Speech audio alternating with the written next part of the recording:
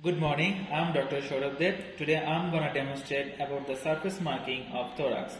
So let's start with jugular notch. For the surface marking of jugular notch, we have to identify the manubrium bone, and here is the manubrium, and on the upper border of the manubrium there lies the jugular notch, and it is also called suprasternal notch. So by putting a point here, we can easily demonstrate the jugular notch. The sternal angle. For the surface marking of sternal angle, we have to trace from the jugular notch to downwards and forwards. And while tracing at the level of this area, we can feel there is a bony prominence, and it's about 5 cm from the jugular notch. And this bony prominence is actually the sternal angle. So if we put the line like this, we can easily mark the sternal angle here. Next is the counting ribs and costal cartilage. For counting the ribs, we have to identify the sternal angle again, and as we know, the sternal angle lies here between the manubrium and the body of the sternum, and at this level there lies the second rib. We can feel here the second rib. So from here we can easily identify the other ribs also. Just below the second rib there is the second intercostal space, there is a deepest area, and then again there is elevation, that is the third rib. And now next is third intercostal space, the deepest area, and again that is fourth rib. And this is how we can easily count the ribs downwards and laterally. So this is the second, this is the third, this is the fourth, this is the fifth, and this is the so on. For the arch of aorta, we have to find out the sternal angle first. So this is the sternal angle, and we have to put a point, the first point at the right end of the sternal angle. So we have to put here the first point. The second point we will put at the center of the manubrium. So this is the manubrium, so the center is here. So we have to put the second point in the center of the manubrium, and the third point at the sternal end of the second costal cartilage. As we know, the sternal angle lies on the level of the second costal cartilage. So this is the sternal end of the second costal cartilage. So we have to join these 3 points. By joining these 3 points, we will get the upper border of the arch of aorta. And now the lower border. For drawing the lower border, we have to take another line which is lower and parallel to it, and it will be about 2.5 cm apart from it. So we have to again put 3 points just parallel to it. And now by joining these 3 points, we will easily get the arch of aorta. Superior vena cava. To draw the superior vena cava, we have to take 2 points. The first point at the lower border of the sternal end of right first costal cartilage, and the second point at the upper border of the sternal end of right third costal cartilage. So for this, first we have to identify the sternal angle. So this is the sternal angle, and we all know that at this level there lies the second rib or the second costal cartilage. So above this level, here is the first costal cartilage.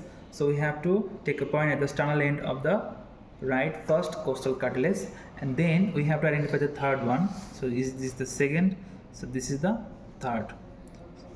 So now we have to put another point at the sternal end of the right third costal cartilage, and now we will join these 2 points. And then we have to draw a parallel line to it, which is about 2 cm apart. So we have to take again 2 points parallel to it, and now by joining these 2 lines we will get the superior vena cava. Topic is the trachea. For the trachea, we have to take 2 parallel lines 2 cm apart from each other, and that line extends from the lower border of the cricoid arch to the sternal angle. So to find out the cricoid cartilage, first we have to identify the Adam's apple. This is the Adam's apple, this is the third cartilage, and if we trace here downwards, there will be depression, and after that there will be again a elevation. That elevation is the cricoid arch or cricoid cartilage.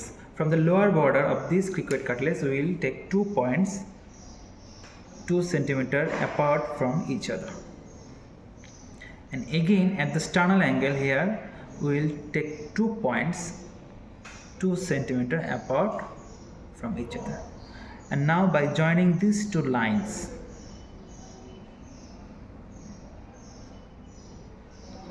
we will get the trachea.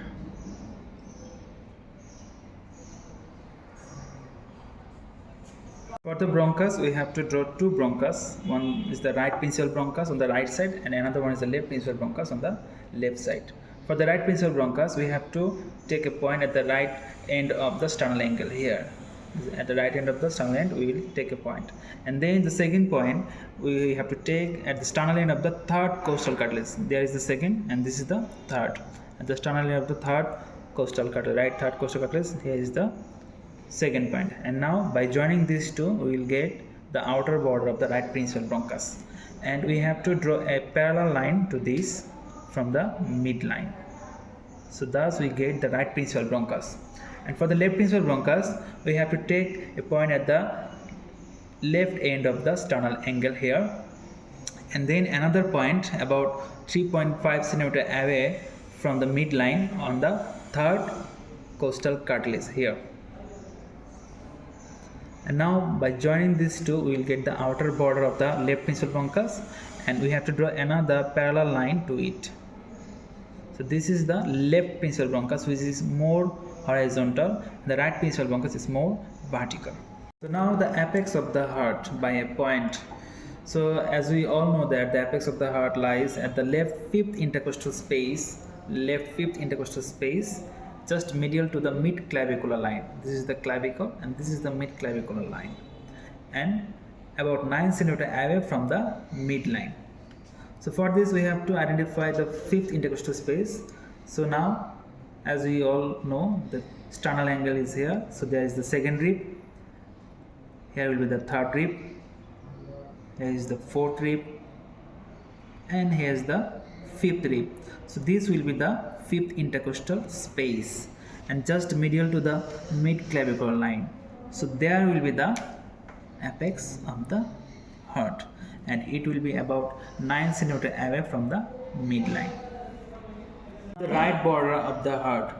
To draw the right border of the heart we have to take 3 points. The first point will be on the upper border of the right third costal cartilage and about 1.25 cm away from the sternal margin. So this is the sternum, and from here we have to identify the third costal cartilage. So this is the sternal angle, here is the second rib, and there will be the third rib. Here is the third costal cartilage, and we have to take a point at the upper border and about 1.25 cm away from the sternal margin. So this will be the point. The second point we have to take in the fourth intercostal space.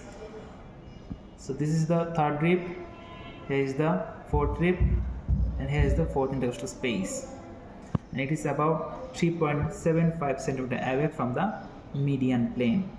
So this will be the second point. And the third point will be on the sixth costal cartilage. So this is the fourth intercostal space, so there will be the fifth rib, here is the fifth intercostal space, and here is the sixth costal cartilage, and that point we have to take close to the sternum. So here is the third point. Now we have to join these lines by a convex line which is convex to the right side, and now this is the right border of the heart. Inferior border of the heart we have to take again 3 points. The first point at the sixth costal cartilage close to the sternum, that means the last point of the right border of the heart. So here we will take the first point. The second point at the Giffey sternal joint, so you can feel here is the Giffey process, so here will be the Giffey sternal joint. So this is the second point for the inferior border of the heart, and the third point we have to take at the apex of the heart. So for the apex of the heart we have to find out the fifth intercostal space. So that is the sternal angle, this is the second rib, third rib, fourth rib, fifth rib, and here is the fifth intercostal space. And now just medial to the mid clavicle line we have to take the apex of the heart, and by joining these 3 points we will get the inferior border of the heart. Left border of the heart, for this we have to take 2 points. The first point at the lower border of the second left costal cartilage. So here is the sternal angle and here is the second costal cartilage. So we have to take the point about 1.25 cm away from the sternal margin. So here will be the first point for the left border of the heart, and the second point we have to take at the apex of the heart, and as you all know that lies at the fifth intercostal space just medial to the mid clavicle line about 9 cm away from the midline. By joining these two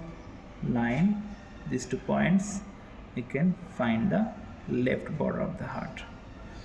We have to just make a curved line here to show the apex properly. So now this is the complete shadow of the heart, and by joining these 2 points we will get the upper border of the heart. So this is the right border of the heart, this is the inferior border of the heart, and here is the left border of the heart, and that is the upper border of the heart. So this is the surface marking of heart. Now the apex of the lung by a point. For this we can take 3 points, and we can also take the point directly onto the apex of the lung. I will take 3 points. First I will take a point at the sternoclavicular joint. Here is the clavicle and here is the sternum, so there is the sternoclavicular joint. Next I will take a point at the junction of medial 1/3 of the clavicle and the lateral 2/3 of the clavicle. Here I will take the second point, and from this, the midpoint of these 2 points, I will take the main point, which is about 2 cm above from midway of these 2 points here. That is the apex of the lung. So I will erase these 2 points, and that will be the apex of the lung. Now the anterior border of the left lung. For this, the first point we will take at the apex of the lung, which is here 2 cm above apex of the lung, just like the point I took in the before clip.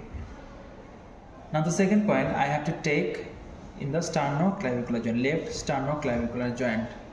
The third point we will take at the center of the sternal angle along the midline. So here is the sternal angle, and here is the third point.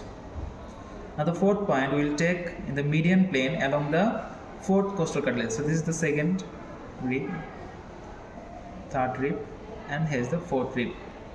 So here I will take in the medial plane the fourth point. And the fifth point I will take about 3.5 cm away from the sternal margin on the fourth costal cartilage. So here will be the fifth point. And the last point on the sixth costal cartilage, about 4 cm away from the midline. So this is the fourth, here is the fifth, here is the sixth. So here is the last point, 4 cm away from the midline. And now we will join these lines.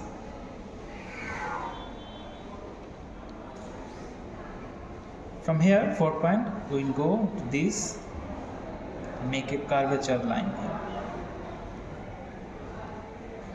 So this is the anterior border of the left lung, and here is the cardiac notch. This is the cardiac notch. Right lung. First we will draw the anterior border of the right lung. For this we have to take the first point at the apex of the lung. Here is the apex of the lung. This is the right sternoclavicular joint, and this is the medial 1/3 of the clavicle, and the midway from here 2 cm above, here is the apex of the lung. The next point we will take at the right sternoclavicular joint here. The third point at the center of the sternal angle. Here is the center of sternal angle. And the fourth point we will take at the Giffey-sternal joint. So here is the Giffey process, here is the Giffey process, and there will be the Giffey-sternal joint. So by joining these 4 dots, we will get the anterior border of the right lung. Inferior border of the right lung, we have to take the first point in the Giffey process. Here is the first point. The second point we will take on the 6th rib along the mid-clavicular line here. So 6th rib, how we will get the 6th rib? Here is the second rib at the sternal angle, third, fourth, fifth, and here is the 6th rib along the mid-clavicular line. Here is the clavicle, here is the mid-clavicular line, so we have to put the second point here. The third point we will take on the mid-axial line on the 8th rib. For this we will count the rib here, just below the axilla. Here is the 4th rib, 5th, 6th, 7th, and here is the 8th. And the last point we have to take on the back side, just 2 cm away from the 10th thoracic vertebra. So how we will count the vertebra? So for this, the inferior angle of the scapula, this is the inferior angle of the scapula. It corresponds with the 7th thoracic spine. So from here, that will be 8, here will be the 9, and here will be the 10. From here, we will take 2 cm away the last point. And now we will join these points. On the anterior aspect, we will join the lines downwards and laterally up to here. And on the dorsal aspect, we will join medially and slightly upwards towards the 10th thoracic spine. So this is the inferior border of the right lung. Now the posterior border of the right lung. For this we have to take the first point 2 cm away from the 7th cervical spine. So there is the cervical spines. The most prominent one is the C7. Here is the C7 vertebra. So 2 cm away from here we will take the first point, and the second point we will take at the 10th thoracic spine. So here is the inferior angle of the scapula. There is the 7th cervical spine, 8, 9 and 10. So here is the second point. Now by joining these two lines we will get the posterior border of the right lung.